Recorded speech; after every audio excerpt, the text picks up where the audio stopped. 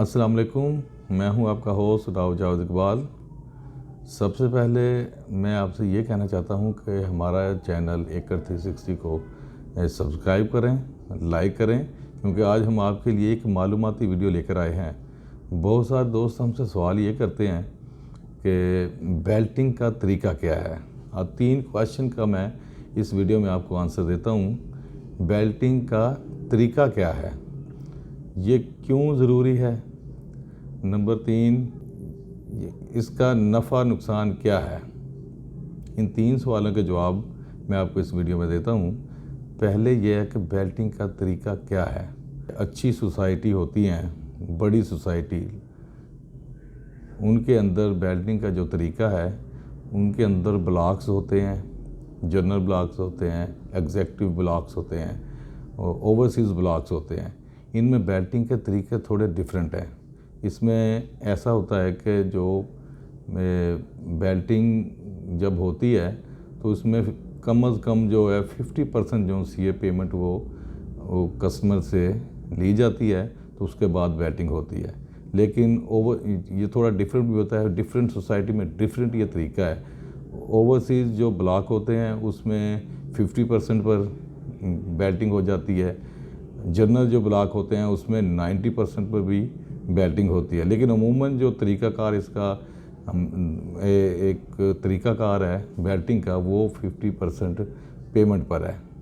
इसमें शामिल होने के लिए कम से कम 50% पेमेंट देनी होती है और फिर इसमें शामिल हुआ जा सकता है। बेल्टिंग क्यों ज़रूरी है? बेल्टिंग इसलिए ज़रूरी है, एक फेसिंग प्लॉट है, एक कॉर्नर प्लॉट है और दूसरा बोलेवर्ड रोड पर प्लॉट आता है। ये एक कॉस्टली होते हैं क्योंकि इनकी जब बेल्टिंग होती है इन पर नंबर दिए जाते हैं। तो जब ये रीसेल में आते हैं तो इन 3 जगहों पर जहाँ पर भी किसी का प्लॉट आता है, बेल्टिंग में नंबर आता है, तो वो इसमें इसकी दूसरे प्लॉट की निस्बत कीमत ज़्यादा होती है, इसकी रीसेल वैल्यू ज़्यादा होती है। इसलिए ताकि ये बेल्टिंग इसलिए की जाती है क्योंकि ये मिकदार कम होती है फेसिंग पार्क की, बोलेवर्ड जो रोड पे जो प्लाट आता है और एक कॉर्नर प्लाट, तो इसलिए इसको कुरंदाजी में कन्वर्ट किया जाता है ताकि किसी की भी ये शिकायत ना रहे। ये कम तादाद में होते हैं, दूसरे ज़्यादा तादाद होती है दूसरे प्लाट की, इसलिए इसकी बेल्टिंग की जाती है। बेल्टिंग का वैसे लफ्ज़ी मतलब है कि कुरंदाजी की जाती है कि कहाँ पर किसको प्लाट लाट हुआ है उसका नंबर दे दिया जाता है।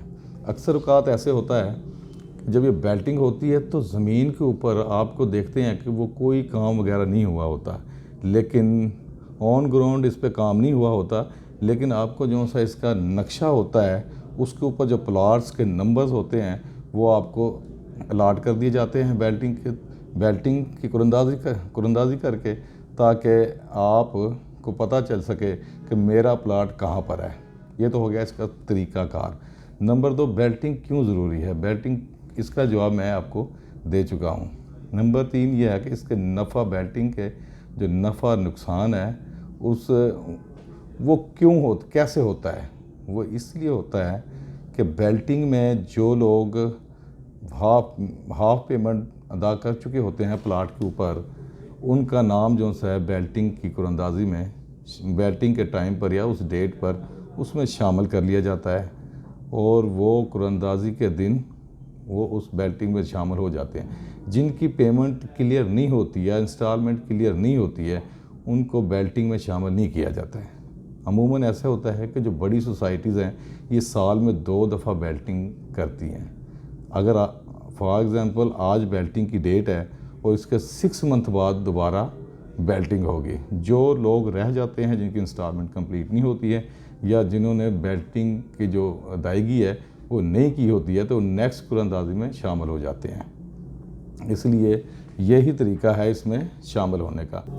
कस्टमर को ही अगर उसमें बेल्टिंग वाले दिन जो डेट दी गई है उसमें अगर वो शामिल नहीं है तो उनको नुकसान हो सकता है, क्योंकि जो लोग बेल्टिंग में शामिल हो गए हैं उनका प्लाट पे कम से कम 3 से 4 लाख रुपए का इजाफा हो जाता है और दूसरों की निस्बत जो लोग बेल्टिंग में शामिल नहीं हुए हैं अभी उनका नंबर लाट नहीं हुआ होता। लिहाजा उनको अपनी फ़ाइल पर या प्लाट पर, क्योंकि लोगों ने बहुत ज़्यादा इन्वेस्टमेंट की होती है ताकि इस पर नफ़ा मिल सके, तो उनको वो नफ़ा नहीं मिलता है। और जिनको नंबर ही अलाट हो जाता है उनको 3 से 4 लाख का जिस दिन बेल्टिंग होती है उसके बाद इसमें नफ़ा जो सा इंक्रीज़ हो जाता है और उस फाइल को वो सेल कर सकते हैं। तो ये थी हमारी आज की मालूमात बेल्टिंग पर। बेल्टिंग का जो तरीक़ाकार है इसके अंदर ये ब्लॉक्स होते हैं। आप देखते हैं कि अमूमन के डिफरेंट सोसाइटी के अंदर जो बड़ी सोसाइटीज़ हैं जो TMS अप्रूव हैं, आप देखते हैं कि इसमें या तो उन्होंने ओवरसीज़ ब्लॉक के नाम से रखा होता है, ब्लॉक्स वाइज ये बेल्टिंग होती है। और अमूमन आप देखते हैं कि किसी में A ब्लॉक है या AA ब्लॉक है या एग्जेक्टिव ब्लॉक है या जर्नल ब्लॉक है, तो ब्लॉक के नाम से ये बेल्टिंग होती है। जैसे ओवरसीज़ ब्लॉक है उसकी अलहदा बेल्टिंग होती है और जर्नल ब्लॉक की अलहदा बेल्टिंग होती है। ये इसका तरीक़ाकार होता है ताकि किसी को शिकायत ना हो सके कि उनका कुरानंदाज़ी में नाम शामिल नहीं हुआ। तो मैं उम्मीद करता हूँ कि आपको ये वीडियो अच्छी लगेगी। और अब आपका होस्ट राव जावेद इकबाल चाहता है इजाज़त। अल्लाह हाफ़िज़।